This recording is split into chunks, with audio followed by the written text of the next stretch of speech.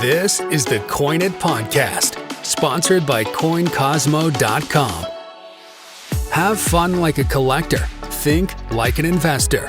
Whether you're just a hobbyist or looking for an alternative investment with rare coins, paper money, NFTs, or art, your host, Charles Jonath, is covering it all. Now your host, Charles Jonath. Anthony Billups Jr. That's me. Corporate executive, all-around math guy with, I believe, a master's degree in applied mathematics. Is that correct? Yes, sir. Wow. Okay. And major sneaker collector. Big time. Which Big time. fascinates me because being a coin guy and collecting coins for so many years, you know, I'm always fascinated with the collector mindset. Like what drives people to want to collect something? What gets them into it? And then ultimately, what are the skill sets that make them good collectors? You know, like to build like really sophisticated collections of value, that kind of thing. And I'm just blown away, man. I'm so curious about like the whole sneaker world because I know nothing about it. I'm like totally ignorant to it. I know it's a huge market and there's tons of people into it, especially with the resale and all that. It's a huge thing. Yeah, the resale is crazy. Yeah, that's why most people like it. It's funny now. It's hard to, and kind of similar to coins. If you're a collector because you love something, that's different than being someone who wants to resell, right? So then you're looking for the item with the best resale value, not the one that has a personal connection with something that you love or something that you like, right? So that's correct, yeah. Nowadays, everyone says that they into sneakers, but you question, are you into the hype sneaker that's worth more money, or are you into something that you love the design, or maybe it's a shoe that you wanted from back in the days that you couldn't have when you was younger, and now as you've gotten older, now you have the money to go and get it, right? You don't got to wait on mom and dad to buy it for you. Right. That to me is the exciting part when you talk to people that say that they love shoes or they're collectors. That's the first question, right? Do you love the hype, or do you actually love the shoe? That's interesting you say that. I mean, do you think there could be a bit of both? Because I mean, I know for me, like as far as coins is concerned, I gravitate towards things that I like, and it gives me more knowledge about them because I'm more curious. Over the time I've become sort of an expert in certain areas of coins. But that's what drives me there. But I also like from being a professional eventually at this, I've come to a point where I also buy for the right value and I look at it more as an investment, that kind of thing. So I think I've been able to sort of marry the two. And I don't know, do people do that also in sneakers, or is it more just like for a pure love of collecting? You like what you like and that's kind of it, or is it a bit of both? So I'm gonna start. My answer to that question starts with this shoe right here. So this is the Air Penny Foamposite. This was the first shoe that I fell in love with, right? I was a huge Penny Hardaway fan back in the days. Anyone who knows me knows, how much, I renamed this color, right? It's obviously royal blue.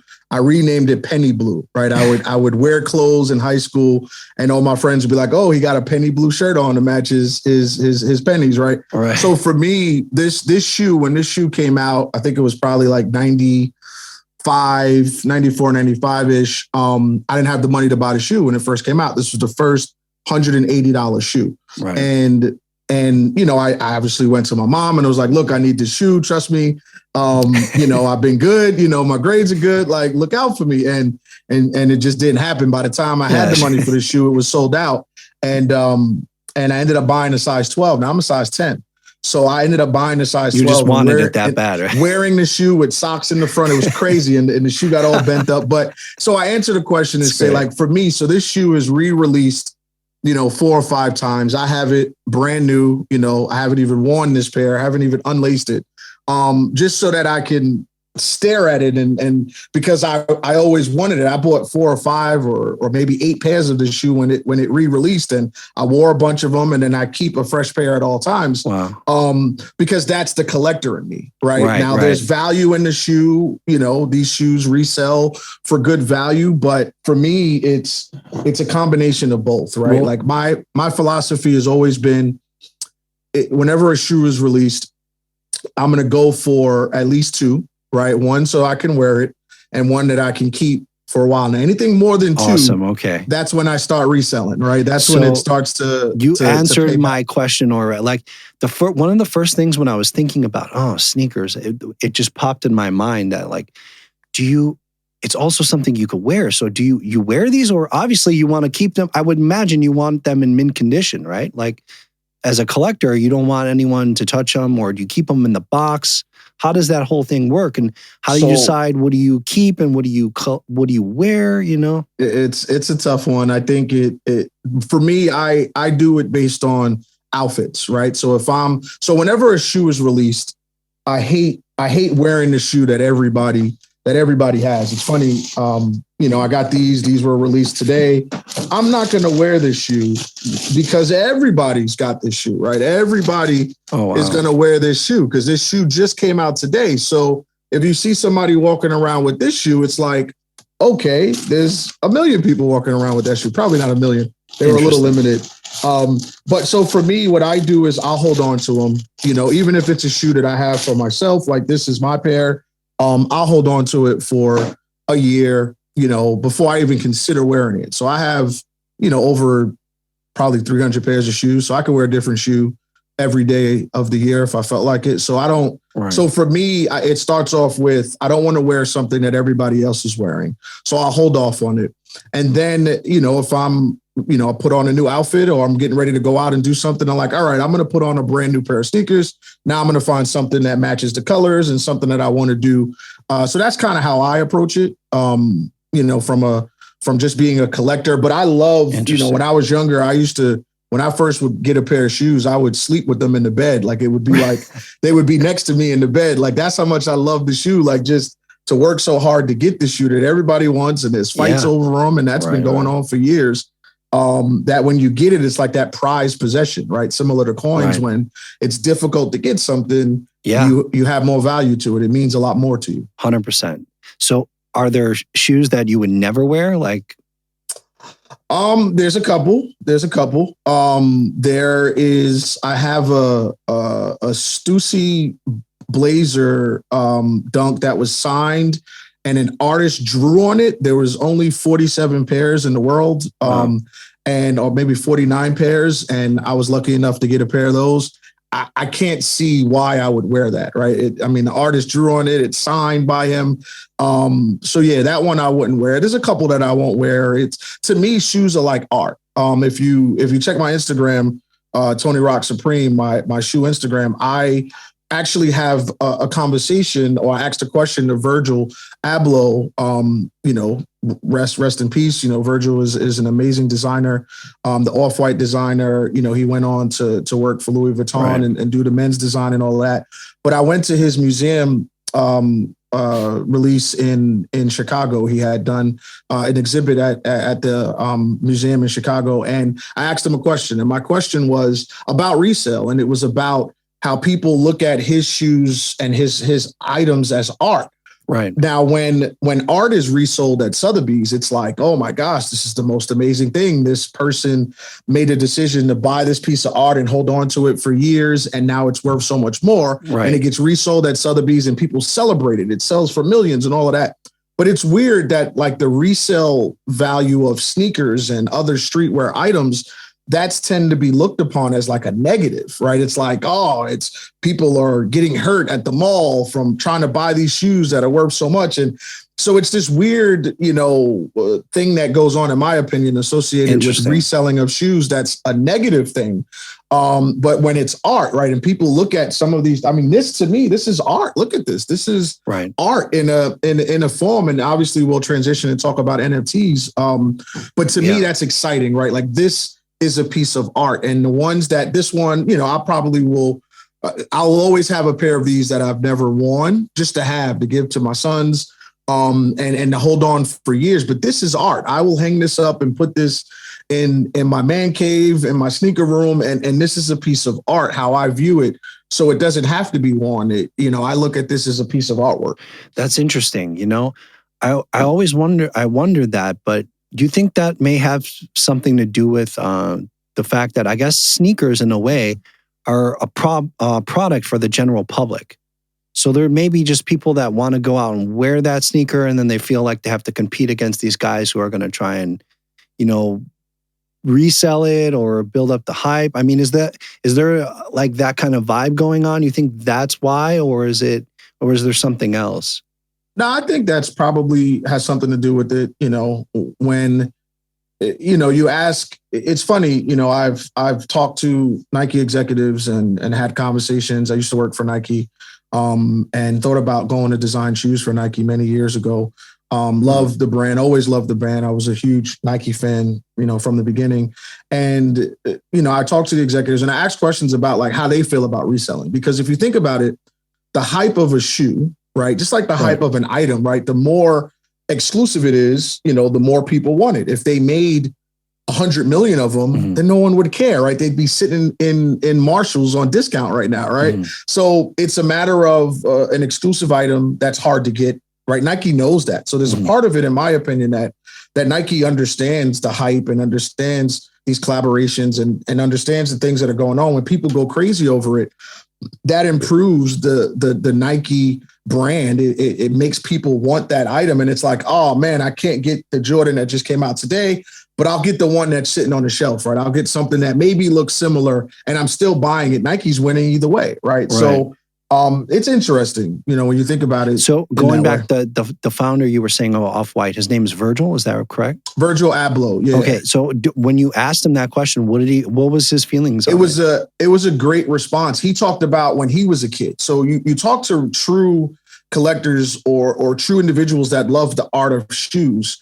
They talk about when they were kids, right? I showed you the shoe that got me into shoes. It was in a magazine. It might have been like a Kicks magazine or Slam back in the days that had an advertisement for the Penny Hardaway shoe. And when I saw that shoe in the advertisement, it was like, I had to have it. So Virgil talked about him being a young kid, growing up in Chicago and standing in line, I believe it was Madison Avenue, trying to get the new Jordan release that was coming out and sleeping overnight, and it's extremely cold in Chicago, getting the shoe. So he talked about the love of that shoe. And he wants to design things that when people receive it, they can see the work that went into it, right? And feel as if they have that prized possession. So for him, and it was funny because about maybe 2 months after I'd asked him that question, there was a pair of Jordans that sold on Sotheby's for like $1 million, like original pair of Air Jordan 1s. Wow. And it like started to blow up even more. And this whole idea of like sneakers and streetwear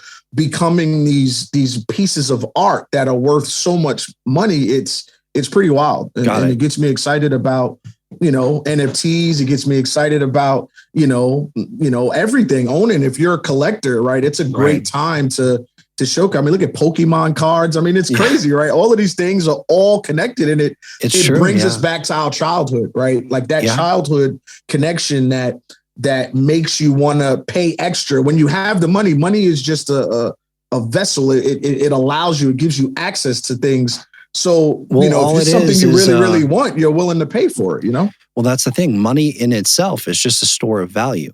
So items themselves can also act like that. Other products themselves can also act as another store of value. It's just all a way of interpreting it. And I think there's a lot of like common ground here. Especially in the realm of collecting, I've had to rethink about a lot of it over time. Like it helped me a lot being in the business of it, and also coming from a kid actually on the collecting side. It gives you like both perspectives, but then having a background in finance, like it's the merger of all these three mindsets that put me together to see things like more for what they are. And there's a lot of similarities. There's a lot of things that are interwoven here with these collectibles and looking at it as a store of value. And I think as things progress and as we go forward, that's going to be more important. We're going to have to start really thinking about these things, because I think, some of these things will help us as other means of way to store our value over time. And one of the things that I wanted to touch on here was it's important to love what you love. You know what I mean? Like if there's an item that you want, whatever it is, whether it's shoes or coins or comic books or, pieces of art, whatever it is, if you love it, right, that means something to you, right? So sometimes we get caught up in the value, right? And it's like, do I love it more because it's worth more money? Or, this phone posit here, if this shoe, maybe it goes down into value of $15. It doesn't matter. Like the story that I told about wanting this shoe in a size that wasn't mine just to have it and still wear it, that means something to me. I don't care what the world says it's worth, right? It means something to me. This is how I hold value to it. So I think that's important when making purchases, is that it's a good purchase if you love it. If it's something you 100%. Really want, something you've always wanted. I love basketball cards. I collect basketball cards. And there were cards that I wanted when I was in high school that I couldn't afford. I didn't get them in a pack. It was like $400, $500, $600, to buy it after. And it was like, I couldn't afford that then. Now I go out and I buy those cards. The cards that I wanted when I was in high school, I go buy them. Maybe the value went up, maybe the value went down. It's irrelevant to me because I've always wanted it. Now I own it. Right. That's what it's worth to you. That's the most important part. And then listen, they'll reach a time and day where you want to value your collection of whatever it is. And man, maybe it's worth a lot. Maybe there's other people that want the same thing that you wanted, or maybe there isn't, right? But to me, I think as a collector for anything, start with what you love, right? And then the value will come, right? Things will happen over time. But if you start with what you love, it doesn't matter if it goes up or down because you love it, right? It's something you wanted. 100%. I mean, so you answered actually another one of my questions. I mean, there are sneakers now that are seeing the auction block, like they're being sold at auctions and everything, huh? It's pretty wild. Yeah, Wow. There's the sneaker industry. It's a multi-billion-dollar resale market. It's wild. It's why people, are fighting and, going crazy over these items, because you can go get them. They're at the stores, right? When they release, they're out there. And, the value, I mean, think about it. People are there's a lot of people unemployed. There's a lot of people that just decided, I want to work for myself. I want to have my own business. So there's a lot of people that started businesses around reselling, and, you can make, double, triple, 4 times the amount of what you're paying. So you buy a shoe for $200, I'll round up. And if you could resell it for $400, $600, that's not bad. You bring a couple people with you, you instead of buying one, you buy 10. So you get, $300 profit times 10, $3,000 for that day. I mean, you sitting pretty. And, there's so many places to sell it now, between StockX and eBay and different places to sell things. People got their own websites. They use Instagram, to sell stuff that they have. I mean, people are making a living off of it, and I love it. I think it's amazing. It's a great way to be an entrepreneur. If you're a hustler, you can sell anything and do something you're passionate about. Yeah, 100%. And be your own boss, right? Be your own boss and make your own hours. There's a lot of benefits to it, right? You don't have someone over your shoulder telling you what to do. Of course, there's many challenges with running your own business, but what do you think? Like, what is the most expensive sneaker you've ever heard of selling for? Probably that Jordan 1 that recently sold on Sotheby's. It was a few $1 million. Wow. Which is crazy. It was like original Jordan shoe. There's a lot. I mean, so it goes by like just how many exist. It goes by, how exclusive they are, how old they are. There's so many variables into the value of a shoe. But there's plenty of shoes. I mean, a $3,000 shoe, $5,000 shoe, that's like, they're around. There's a bunch of them, I got a bunch of them in my house that I have that I've held on to. So wow. There's shoes that have value for sure. That's crazy. Yeah, that's really. And so, like, as far as the market is concerned now, and then going into 2021, I mean, where is it at? Like, where do you where you see it I headed? think it's funny. So this is a great transition. And what I'll say to you is that the sneaker community, the sneaker resale community, has now decided that they're going to focus on NFTs. What? Really? NFTs? It is wild. So okay. So explain I'll break that down, exactly, because I'll break how down, do you make a sneaker into an NFT and then the rights of that? Like, don't. I got you. It seems complicated. It's not what you think. It's not what you think. So let me rephrase it. I wanted to kind of give you that hint and then and give you that little tidbit and then I'll explain. I'll elaborate. So yeah, go ahead. There's a thing called Discord, right? Discord is an app that you can use to communicate. Similar to WhatsApp and all of the different apps that are out there. Right. In Discord, there are sneaker Discords. There's sneaker resale Discords. There's some amazing ones. So you're a part of channels on Discord that talk about. I'm definitely a part of a bunch of them. Secret Sauce is one of my favorites.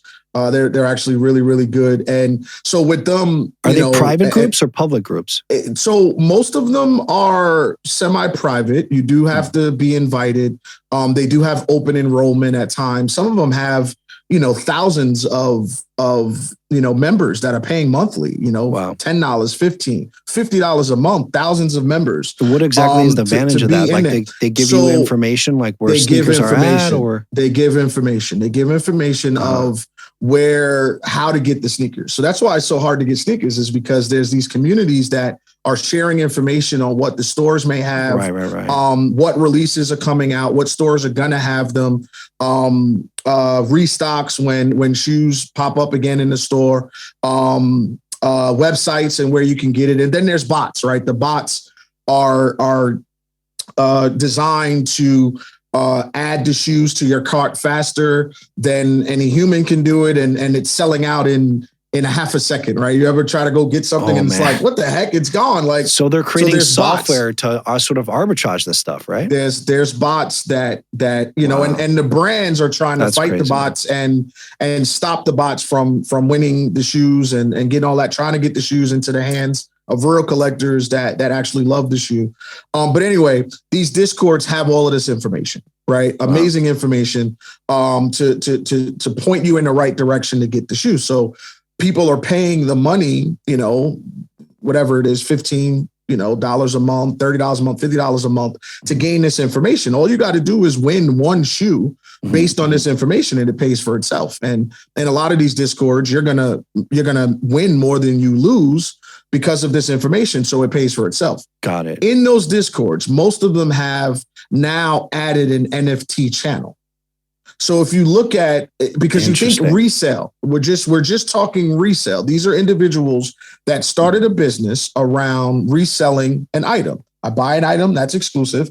I get access to it by my means of getting access to it, and I resell it for more money. Right. So what's happening is that the NFT world, the crypto world, the stocks, right?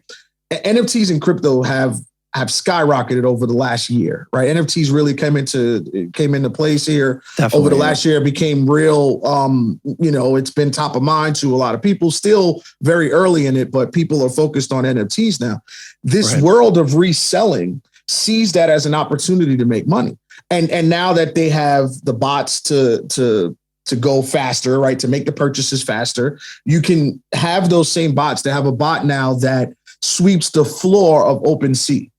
So if you think about, so I don't know if you've read it, someone sold, I believe it was a Bored Ape Yacht Club NFT for like $300 or something crazy. This happened like 2 weeks ago because they made a mistake, right? They left out a bunch of digits and it hit the market for sale. And I think it was a bot that bought it immediately, right? Like didn't even allow the person to make the change because they have these bots that once it hits a certain threshold, you automatically buy. You store your information and your information is stored in there. And so what's happening with the sneaker community? So there's already algorithmic trading in the 100%, NFT world. 100%. It's been going on. Yeah, of course. We can't stop these guys. I believe it is maybe because I'm in the sneaker community. I think the sneaker community dictates some of the things that are happening. And because there's such a focus in the discords around NFTs now, that people are seeing that as a better value than shoes. So to answer your original question, what do I think is happening in 2022? And as we go on, shoes, I think the value is starting to come down. Like the pricing is starting to come down because there's only but so much money, these individuals may have. So they're selling shoes for a smaller profit so that they can have the money to go buy the NFTs, which have a bigger profit margin right now. So like the NFT market is stealing the thunder from the collectors and 100%. Because it's the same cash, it's the same capital. So these individuals that have the information, they're onto something else now. It and they're on to something else. So you're getting shoes for a great deal because they're taking that money and putting it into NFTs and crypto. Got it. Wow. That's wild. But discords are like, if anybody's focused on an NFT or looking into an NFT or understanding it, join the Discord for that NFT. Oh, yeah. So every NFT has a Discord, as you know, and there's the community that's in that Discord, and they're talking about the roadmap and stuff that's coming. Hugely Trust valuable. me, man, that is the sneaker world. If you think it was difficult for you to get a pair of Jordans, it's going to be as difficult for you to get these NFT drops as they're coming out, because it's the same people. Yeah, definitely. Going into that market and winning wherever they go.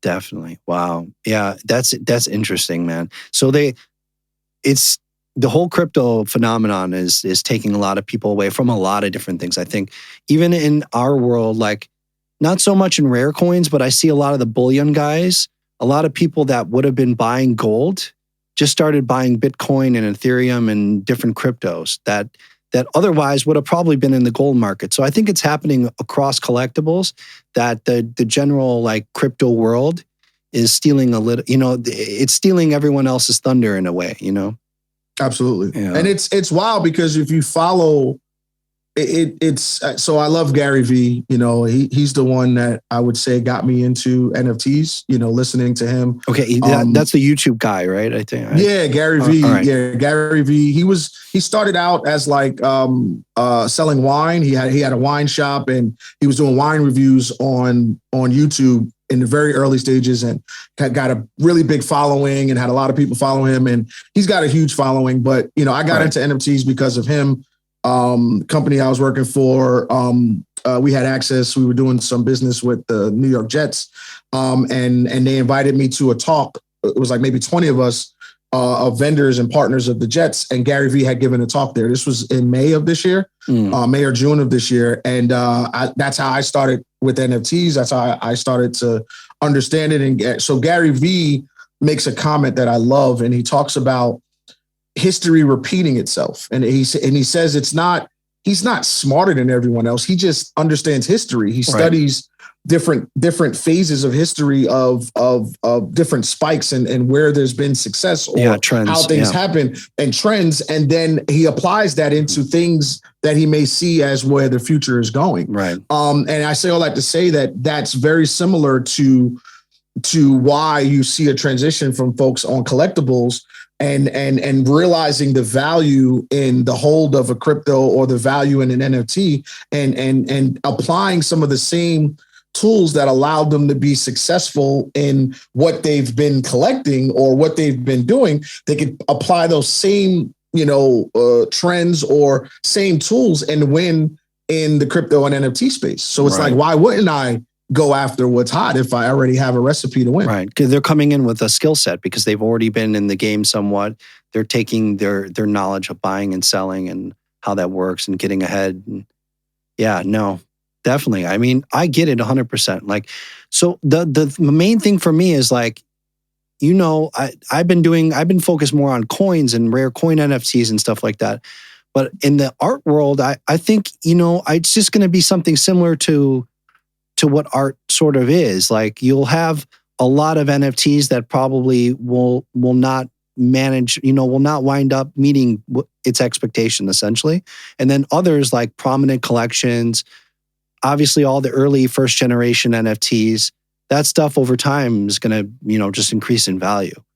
But I think a lot of the NFTs will just probably go into nowhere. You know, it's kind of like a boom. There's these little micro booms happening right now, and then it sort of has to sort itself out.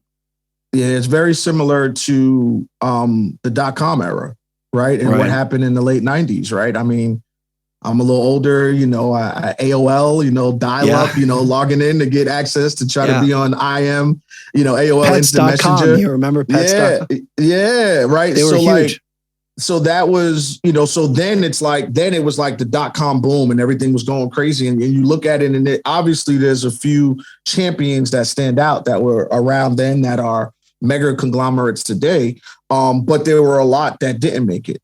Right. And I think that's very similar, again, history repeating itself, very similar to what's going to happen, you know, with crypto and NFTs, that there are, you know, some that, you know, I think I've read somewhere that it's like 98% of NFTs are not going to be worth anything. Right. So that kind of goes back to what I said earlier, and like, buy what you love. Right. Because if you love something and it's a part of who you are, if it goes up in value, great. Right. If it doesn't, you still love it. You're not stuck with, you know, things that you don't love, right? It's like, I bought this because it's going to go up. And it's like, then that's where things get a little fuzzy, right? But if you stick to the things you love, you know, for me, like I said, I try to buy 2 of everything. And I had the same philosophy in shoes.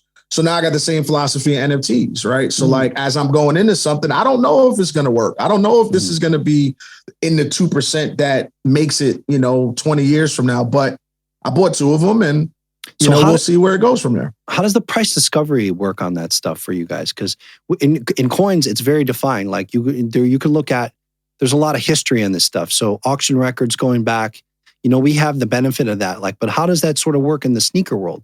Is there something similar to that? And then NFTs, so we know it's the Wild Wild West, but as far as sneakers are concerned, like is there some sort of industry standard basically on pricing or figuring out what the prices are and what a sneaker's worth? And so StockX it's actually called the StockX. It's called the stock market of things, or the stock market of items. StockX, StockX is, and it's funny because StockX, they started selling basketball cards and baseball cards and football. I think they might even have coins on there now. StockX is becoming more of an open marketplace where if people want it, StockX wants a little piece of it, right, to do it. But so what happens there is, you know, a month or so before release, somebody will get the shoe early, and they'll put it on StockX. So you can reach out to StockX and say, hey, I have such and such item. I want to list it. And, you know, most of the time StockX will take it because StockX is just a platform, right? StockX is going to make money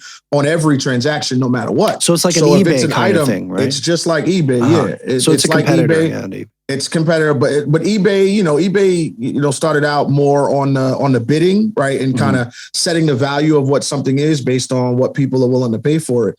StockX is, you will list something for a price that you want to sell it for, and somebody could buy it for that price, or they can list what they want to pay for it, right? So let's say, you know, that this shoe here, you know, I'm saying I would sell this shoe for $1,000. So if there's no other, you know, size 10 for sale, then my shoe is the one available on StockX. If somebody comes in, if you come in and say, "Ooh, I like that shoe, but I'm not paying $1,000," I'll give you $500. And if no one else is saying that they want a size 10, you list, you're willing to pay $500. Now, once you list that, I have a choice. I can look and say, all right, do I want to sell it for $500? Interesting. Definitely not happening. And it'll just sit there, right? Your value of what you want to pay will just sit there. What I want will just sit there until somebody buys it. Now, over time, sometimes people, you know, with the new, you know, hype shoe that just came out, or there's so many of these right now, right? That like these are on StockX and they're selling. If you go on StockX right now, they're selling every minute. There's another one being sold because there's so many of them available. People getting them. And when there's so many, people are saying, all right, maybe this shoe is worth $500. Right. But if you say, I'm willing to pay, you know, $450, right? And it's just like this back and forth between buyers and sellers. And then there's somebody that might say, man, I only paid $180 for this. Of course, you know what? I'll take $450. I'll take the $450. And then that's when the market starts to go down or go up. But StockX is a great way to judge where the market is going to be on a shoe.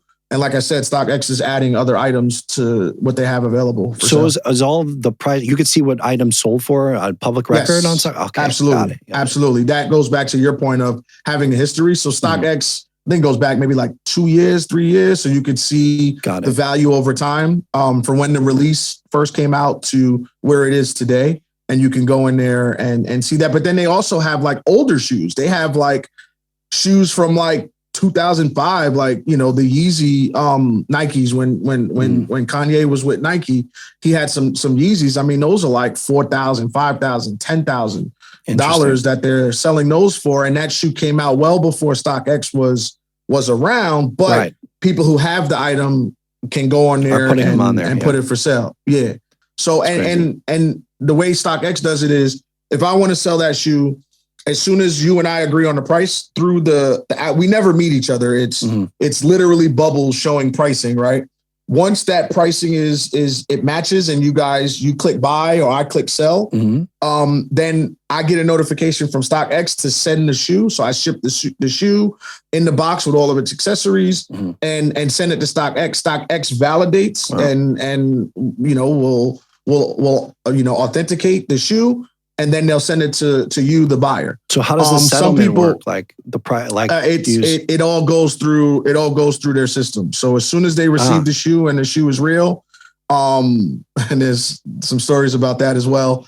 Because there's a lot of fakes. There's a lot of fakes with shoes. I can imagine. And StockX has been known to sell some fakes. So to all my, sneaker reselling folks out there, they're like, man, he's talking a lot about StockX. We don't even like StockX. StockX gives the value of the shoe, but people prefer to sell it and buy from a reputable person directly so that they don't have to deal with StockX or pay the StockX fees. So that's the thing. You really have to know what you're doing, because how do you identify what's a fake and what's not? I mean, I would imagine now they're making really good fakes of stuff. Oh, the fakes are ridiculous. I got a buddy of mine that every time he loses on getting a sneaker release, he says, I'm going to get mine from China. He got a connect in China that gets him the shoe. I won't put him out there. I'm not going to give his Instagram, but that's what he does. Every time he loses, he's like, whatever, I'm getting it from China. And his fakes, they, I guess, look good to him. Because I'm a sneakerhead, you can smell a difference for me. Like if you really right away, into shoes, I can know right away. I can look at, I laugh at people sometimes. I'll look down and be like, that shoe is fake. And I'll have friends be like, wait, how do you know it's fake? I'm like, nah, it's definitely fake. So like, I don't mess with the fakes, but there are a lot of good fakes out there. And some of them have passed through StockX before. So it's like, I can imagine. That's another reason I'm excited about, the NFT world and the authenticity and the blockchain. And that's the value. So when I'm talking to people and they say, well, why is NFTs going to work? Or why do you believe digital assets are? Yeah. That whole idea of, fakes have been around forever, not just with shoes. I'm from New York. Yeah, no, definitely. I mean, we got Chinatown in New York where they selling fake Gucci bags and Fendi bags, and they've been doing that forever, right? So like that's existed. People have gone out and had access to the fakes forever.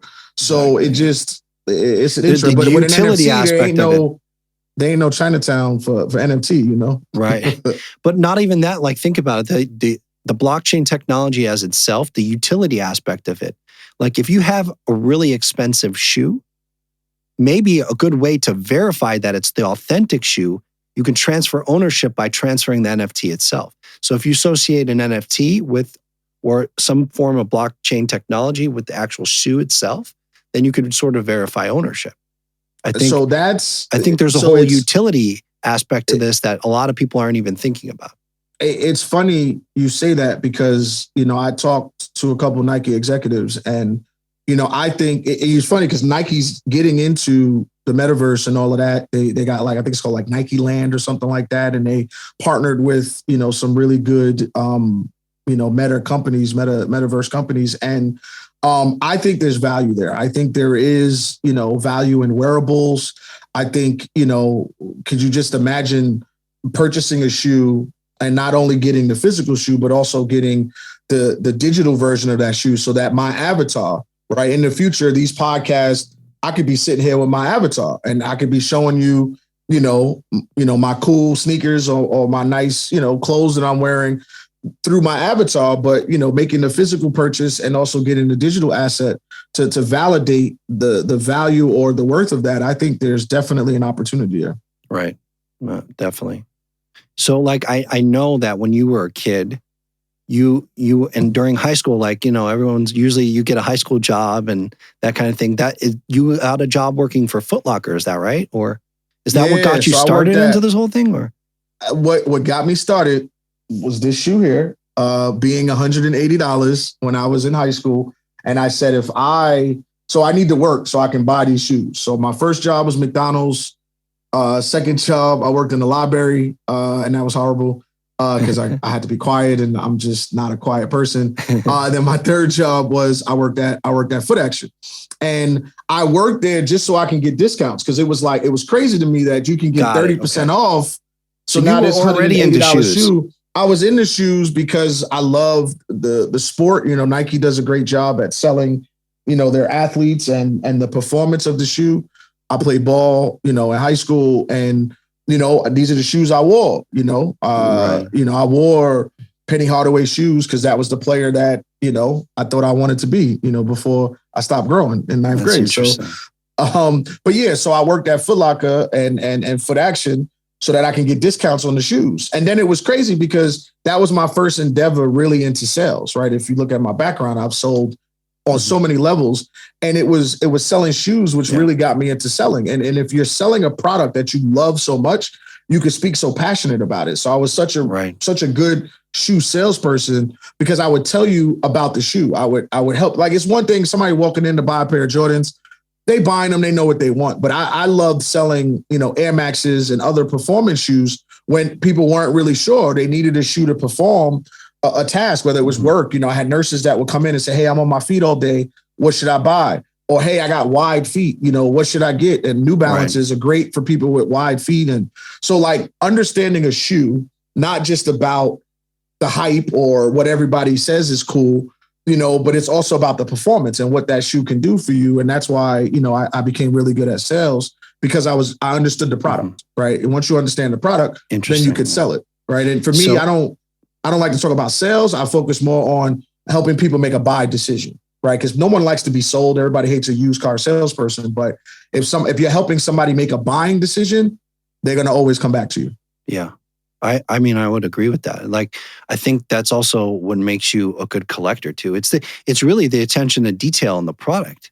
Like, I was digging a bit into your background and I noticed one thing that stood out right away is you were a controlled sales engineer for United Technologies.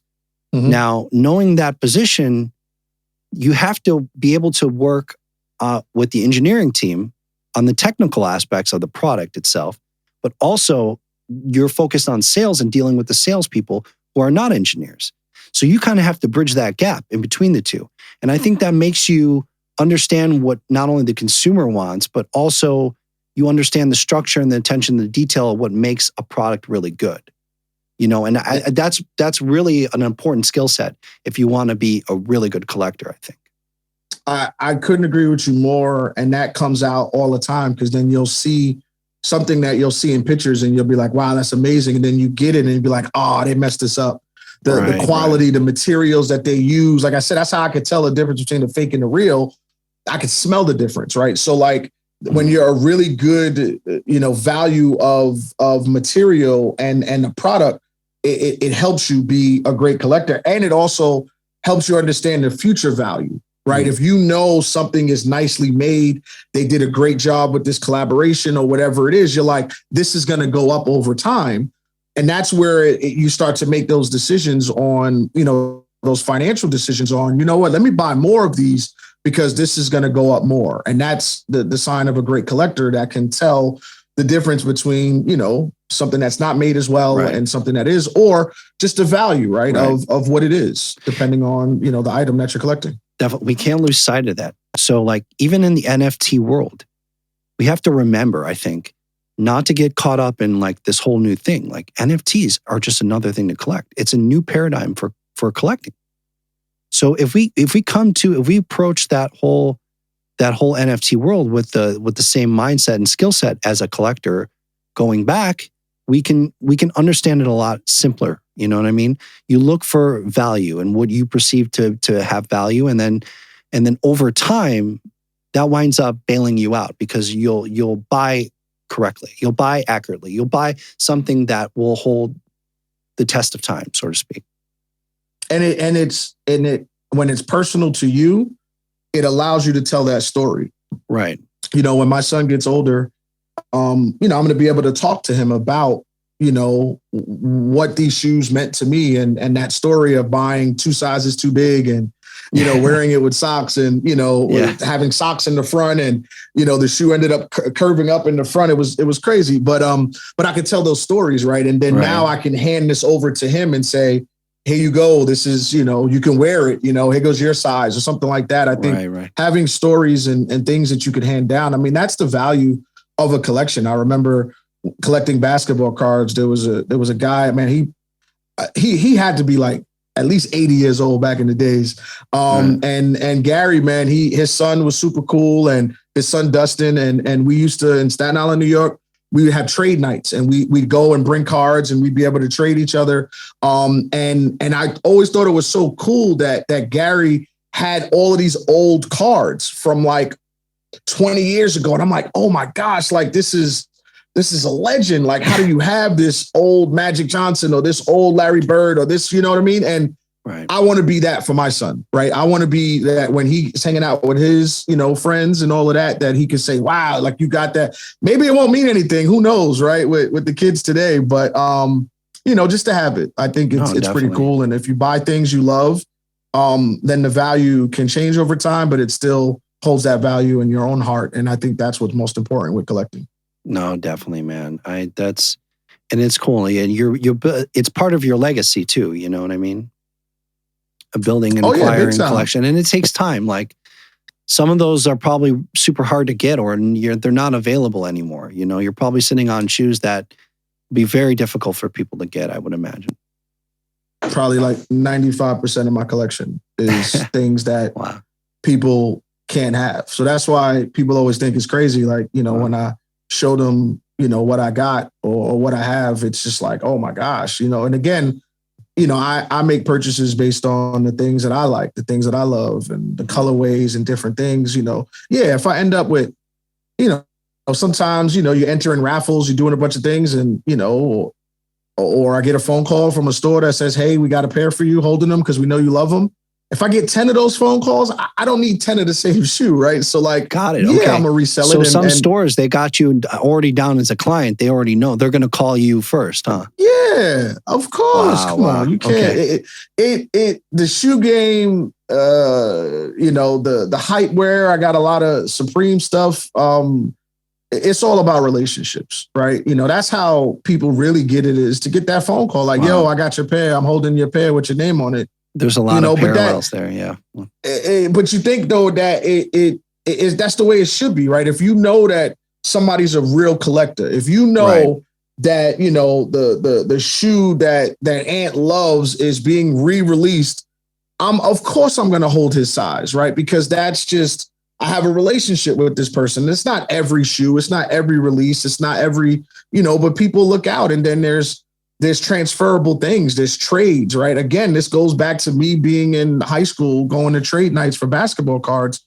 It just became a part of who I am. And it's funny because I could talk about this and I love all of this. And this is the side hustle. This is for fun. I'm in corporate America, leading engineering firms and businesses. But to me, I bring the same lessons that I learned then into corporate America and tying that together and as I'm coaching sales teams and leading operations folks and running businesses, it's all about relationships. It's all about understanding, the needs of your clients and then delivering, right? Delivering that item that your customer wants. To me, it's all tied together. So everything that I've done, it becomes easy for me because it's second nature to me. I'm easy. It's easy for me to do these things. So quick question, like, does the size of a shoe affect the value of a shoe?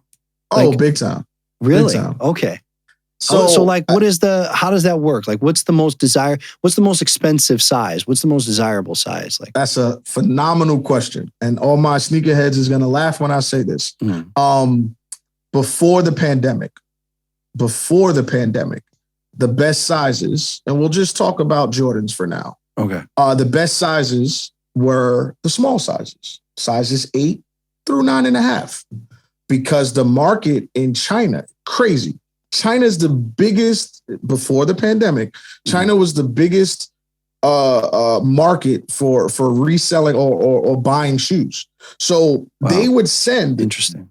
They would stores and it's crazy because that's where a lot of the shoes are made. So I don't understand it, but they want the shoe that came from America, was started in China or wherever, and then it comes to America and I guess gets the Nike stamp, whatever they do. I don't understand it. They would send people to be buyers in LA and in Atlanta and in New York and in Chicago and all of the big markets to buy the shoes. So at that time, they were the biggest buyers. So between size 8 and 9.5 from a men's perspective, or 7.5 to 9.5, those were worth the most. After the pandemic, during the pandemic, right? They stopped buying. They were not buying at the same rate. All of, everyone's, Chinese connect and Chinese buy. I mean, they would buy in bulk. I got pictures of Yeezys where we sold, me and my team, my great team. We sold 60 pairs. One release, we had 60 pairs of Yeezys and we sold them to one buyer. We cashed out, like we had to bring the marker. We ended up buying a money machine after because we was getting so much cash. It was crazy. And that was our Chinese buyer, right? During the pandemic, they stopped buying. So what happened was it transitioned. So the size went from 8 to 9.5, now all the big sizes. Because they make less of the big sizes. So there's less of them. It was always that case. But now that the Chinese market is not buying as much, the value of the bigger sizes has trumped the small sizes. So now you ask a reseller, they're all going for the 13s, the 14s, the 12s, because sometimes a store will have 50 pairs and they only get one size 13. So that one obviously is worth more than the others. So that's what happens most of the time in like a Nike SB, the skateboard shoes, they don't even make really big sizes. So that's an exclusive size to have. You get a size 12, 13 in the SB, that's like, that's like gold. That's like, the Holy Grail. You're like, oh my gosh, you got a 13 in that SB? Wow. Yeah, hold on to that one. So now the bigger sizes are worth more. But again, for me, I always go for my size, so I'm a size 9.5, 10, 10.5, depending on the shoe. And then it's like, again, if the value goes down or up, and if it's something I like, and if I can't resell it, if I, whatever, I'll just throw it on. I'll wear it. So if I buy size 8s, I'm stuck. What am I going to do? I buy 13. What am I going to do? I can't wear that. So that's just how the market is today. Interesting. So is there a big, a lot of activity in women's shoes as well, or? Oh, big time. So it's the same thing. So women complained. Nike made a big push to do something for the ladies. I would say, man, over the last year, the year and a half, just in general in the world, women empowerment has been phenomenal, right? It's been in the forefront of finally fixing a lot of the wrongs in the world when it comes to women in general, not getting their due with everything, right? That's another conversation. That's a different podcast. But Nike focused on the women's shoes. So now they got shoes that are just for women's sizes. So they'll have shoes that only go up to a size 12. Right. A size 12 in women's is a 10.5 in men. So I mean, on the resale side of things, is it Absolutely. a big? Okay. All right. Absolutely. So what happens is Nike would release really cool colors of a great shoe and make it women's only. Virgil had an amazing women's shoe that came out of Jordan 4, and all of the men wanted it, right? Men were trying to fight to get the shoe, and they didn't have their size because they didn't make them that big. But yeah, Nike's tapping into it. And it's funny because women, from a resale perspective, women, when they find something they want, they used to paying a lot for items when it comes to bags and other things that they'll pay. They'll pay whatever to get the item that they want. Got it. So that's another thing in the resale world where people are focused more on the women's sizes because they have women clients that want the shoe. And if they can't get them, they're willing to pay for it. Guys are less likely to pay the money sometimes because for whatever reason, they just choose not to. But women, they got more money, you know, and they gonna buy the stuff they want, you know. They're gonna say, yeah, I don't care, I want that, I'm gonna take it. Right. That's interesting. So like with these type of things, like I know it's been a while now, people doing sneakers for quite a long time. And I would imagine there's like boom and bust cycles too of this stuff, like where prices get really high, products are very difficult to get, and other times where the market sort of settles down. I mean, what has usually happened like with sneakers and those boom and busts over the last 20 years? Like, and what cycle of the market do you think we're in now? I think we're on a downslope in the market now. Like I mentioned earlier, I think more of your sneaker resellers are going into the crypto and NFT space. So I think they're taking that capital and putting it there. So I think you're going to see the value of shoes come down. It's been hot for a while, you know, before the pandemic, during the pandemic, in the beginning phases. I mean, it was hot. Shoes were skyrocketing. Every Jordan that was coming out was going for double or triple its worth, which was crazy. So there are cycles, and it's also TikTok doesn't get their credit, in my opinion. TikTok, you follow trends on TikTok, those influencers that will tell you what's cool, that's what's driving the market. So dunks are like really big right now, and it was crazy. My younger sister, who really got me back into streetwear and brands, and that's another story of kind of how I got really sucked back into it. But it was because of her, and she, because she's on TikTok all the time, I talk to her to understand what's happening on TikTok, because that predicts the future. And then she'll be like, "Oh, that's not cool no more." And as soon as it's not cool no more on TikTok, the market goes down because they're not buying it, right? They're the ones that's going crazy, you know. So TikTok plays a big role in music, plays a big role in shoes and items that are worth it, because of these influencers that, you know, have millions of followers, and then these kids are like, if this person said it was cool, I got to do it, or I got to get it, and that's how dunks became a lot bigger recently. And a lot of it has to do with TikTok. So if anybody who's interested in learning trends, pay attention to what the teenagers are doing on TikTok, and that'll tell you what's about to pop next. That's interesting you say that. So like, you think out of all the apps, the most influential, would you say, specifically in like streetwear and sneakers, is TikTok?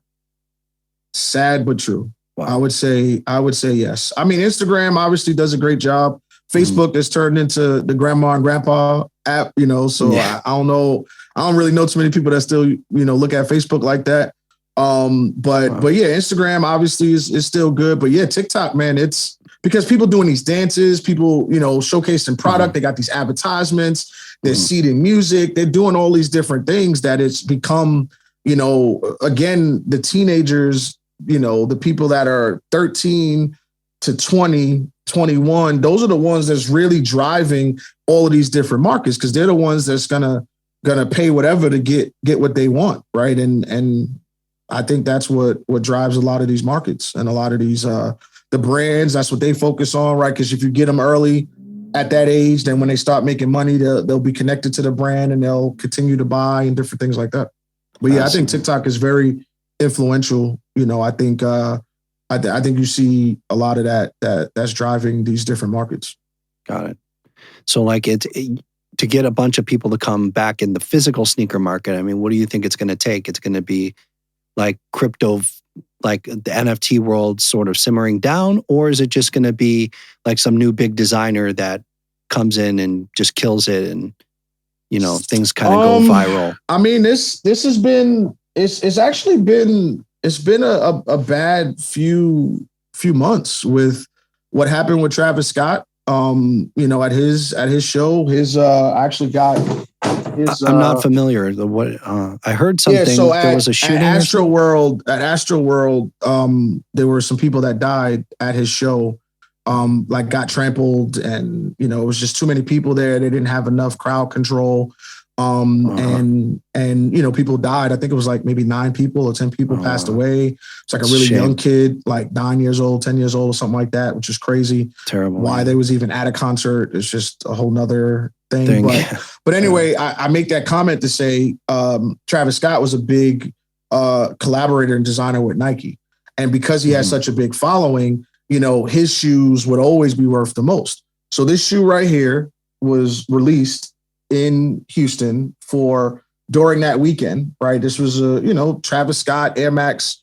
And, you know, I think it's a decent looking shoe. But I don't think it's amazing. But when this shoe was, I think this shoe is probably worth maybe about $300, $400. And when the shoe released only there, it was going for about $500, $600. And then the next day, right, this happened at the concert. They canceled the second day. Nike canceled all of their releases. They had a bunch of Travis Scott shoes they were going to release. They canceled all of it. This shoe was supposed to drop earlier this month. They canceled the release or delayed it. Now this shoe is worth $2,000, right? $1,500 to $2,000, depending on the size. And it's because now that's no longer available. Nike put it on hold. So they only sold a couple hundred of them, and they canceled the bigger release. And I say, wow, the sneaker world has taken a hit over the last couple of months. So Travis Scott has been put on hold. Basically, his collaboration with, I think it was Christian Dior. I think he had a collaboration coming out with a line of stuff. Then they put that on hold. Nike put all of his stuff on hold. Virgil passing away. You know, Virgil with Off-White, a lot of their collaborations with Nike. So like we're losing these great collaborators or folks that really help drive the market with their following and their shoes that and there's some new designers that are coming up and there's some others, but I think it's going to be a little bit slow right now when it comes to shoes and just, you know, what's hot. I think people are also tired of missing out to get it for retail and paying that resale price. So if you have less buyers, right, then that's what's also going to drive the price down with it. Like, screw it. Like my boy, I'm going to China, right? And I'm just going to wear the fakes. Who cares? I want to get them dirty anyway, you know? So, so I think it'll come down a little bit. But shoes are always going to be hot. You know, people are going to want them. You know, people are going to get them. I think Nike redesigns itself again. I think Nike's going to end up doing some stuff in the metaverse that is going to be innovative and amazing. And I think it'll bring it back. Because now if you could merge those two together, it's like, that's a no-brainer. If I could buy an NFT and get the shoe, like have the physical shoe plus the NFT, it's like, what? That's crazy. That's the utility, right? If you own it, like right now my profile picture is of a Tiffany dunk, right? So the Tiffany dunk that was released, right? There was an amazing shoe that had it. There's an NFT that came out. Nicky Diamonds dropped an NFT, and I got his NFT, and you know, and that's my profile picture, like of the pink box, like in the sneaker world, like people know about that. So like these worlds are coming together, and I think one of the things he talked about, Nicky Diamonds talked about, was having early release access. So if you own his NFT, you're going to have early release access to the things that he's releasing. Now, think about that, right? Really hard to get items, really hard to get the shoes. If I own the NFT, I get to buy the shoes early. I really want the shoe. I'll buy the NFT and buy into that community, that utility to have access.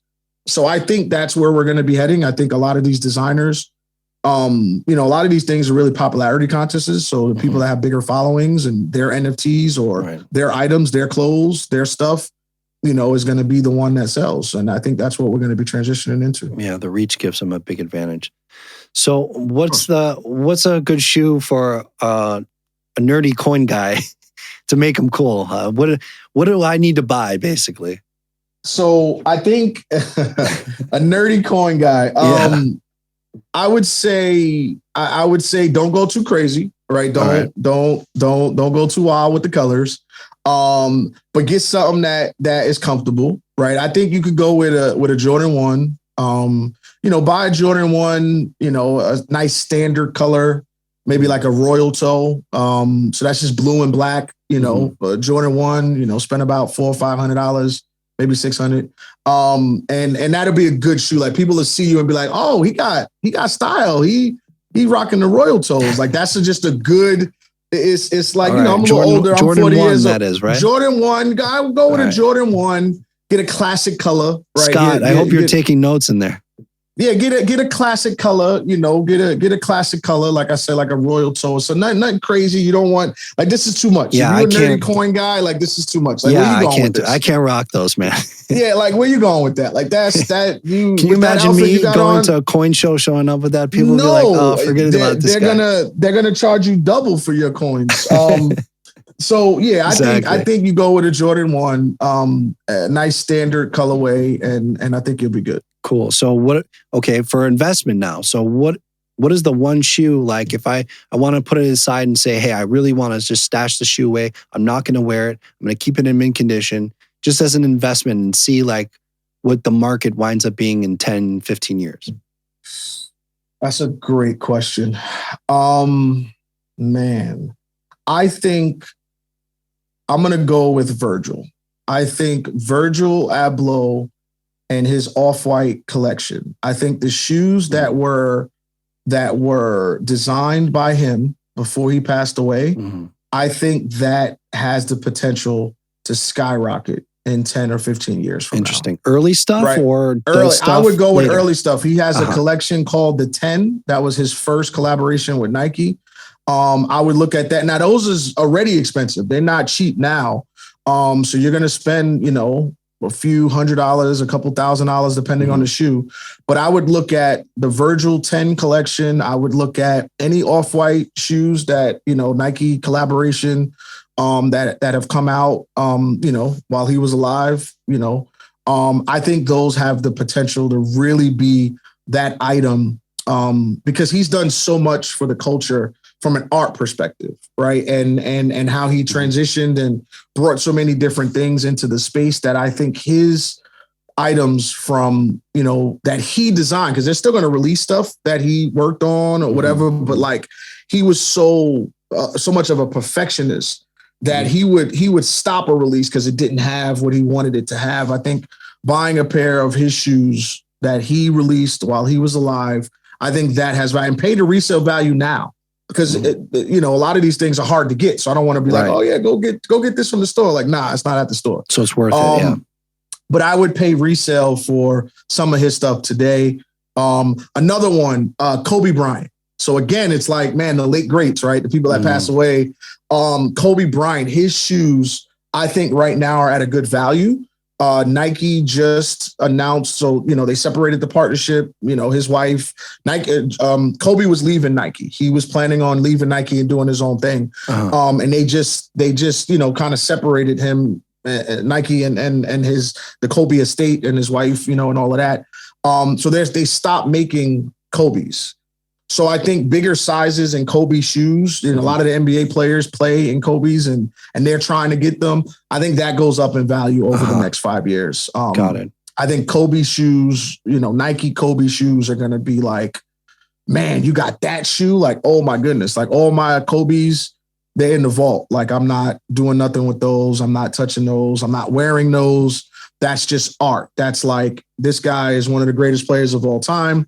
And it's crazy because for me, I'm a Knicks fan and all of these players destroyed the Knicks. And I didn't like them when they really played, but after they retired, I had more value. If you'd asked me in 98, if I would be walking around with a Jordan shirt on, that would be crazy. That's like, why would you do that? He destroys your team all the time. But yeah, I think as a collector, you can appreciate it, right? Oh, and then also just, you appreciate people for their design, their work ethic, the value, the things that they put into it. I think those designers are the best ones to go after for shoes. And again, Kobe is one, had a big say in what got released. And then, like I said, Virgil, I think those are the items that if, I'm investing in, and those are the ones I'm holding on to. Like those I don't have for sale. Like, don't ask me. There's not a price for those. I think the market is low on those. And those will go up over time for sure. Wow.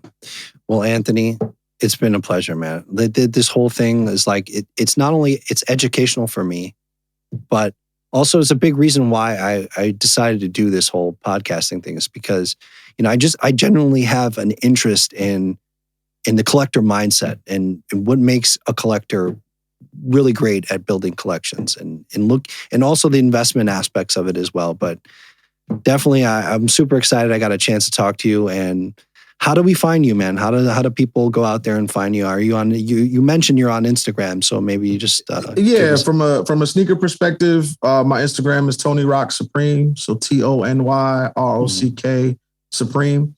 So that's my Instagram. I don't post everything there, but I do have some stuff posted there. And then just from a professional perspective, I'm on LinkedIn, Anthony Billups. That's me on LinkedIn.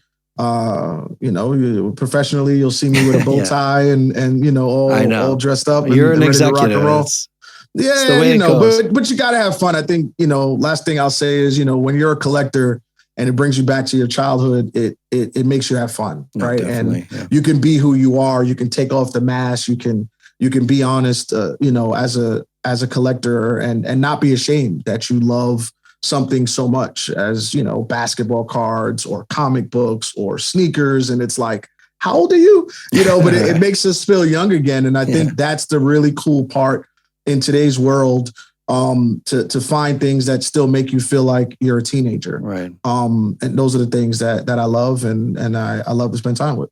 Definitely, man. Well, it's been a pleasure. I'm happy you came down and gave us some of your time. No doubt. Thanks for having me. All right. Take it easy.